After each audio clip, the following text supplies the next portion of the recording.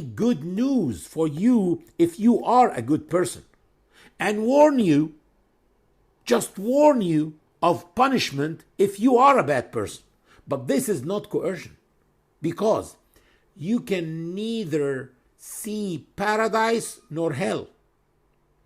And no one went to the hereafter and came back to tell us about his or her experience in paradise or in hell.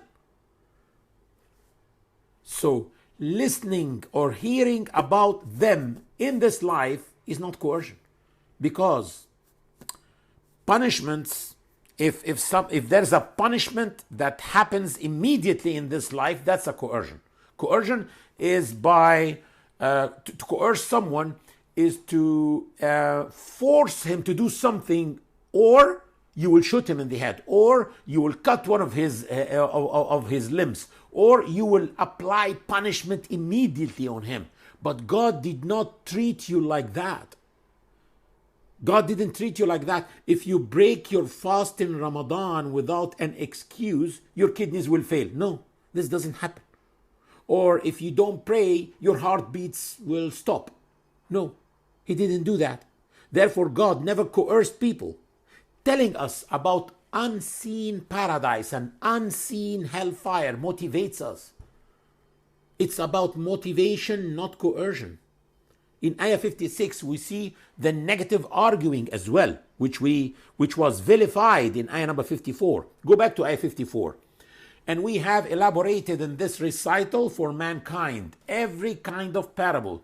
But man has always been the most argumentative being. So arguing in this ayah was vilified. What type of arguing is this?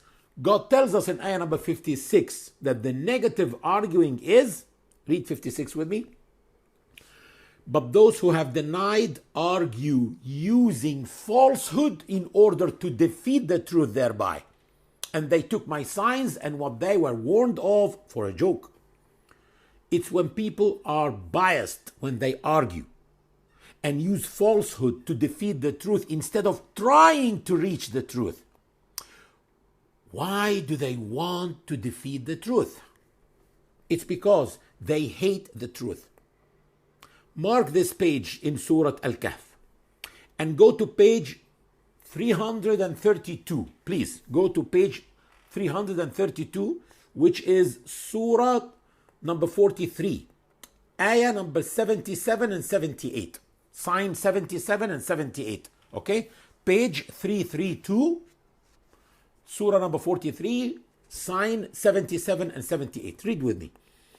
And they cried out, and they cried, "O Malik," Malik is the angel who is the warden of hell, "let your Lord finish us off." They are praying, they want Malik to ask Allah to finish them off, to kill them. They want to die in hellfire. He said, Malik said, "You are staying. We certainly came to you with the truth, but most of you are hateful of the truth."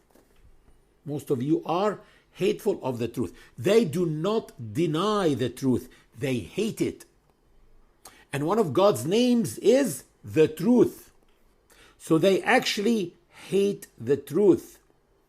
This book, Hating God, the Untold Story of Mesotheism, by Bernard Schweitzer. Bernard Schweitzer wrote that nearly all of those whom they call themselves atheists are not really atheists. They don't really deny the existence of God.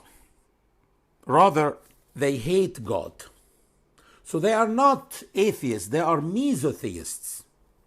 And this happens after a phase called maltheism. Those who believe that God is evil, so this is called maltheism. And then they turn into another phase called mesotheism, hating God. But no one likes to call himself a hater, so he calls himself a denier, the one who denies God. I'll give you an example. This is a book by Thomas Nagel, one of the philosophy professors. I think he's a philosophy professor in New York University, and the book is called The Last Word. I'm going to read for you a passage I think it was in page 130. Yeah, here. I will read for you what this professor of philosophy wrote. I want atheism to be true. And I'm made uneasy by the fact that some of the most intelligent and well-informed people I know are religious believers. It is not just that I do not believe in God and naturally hope that I'm right in my belief. It is that I hope there is no God. I do not want there to be a God. I do not want the universe to be like that. This is how unbiased those people are. Can this be called research? Can this be called science? Can this be called philosophy?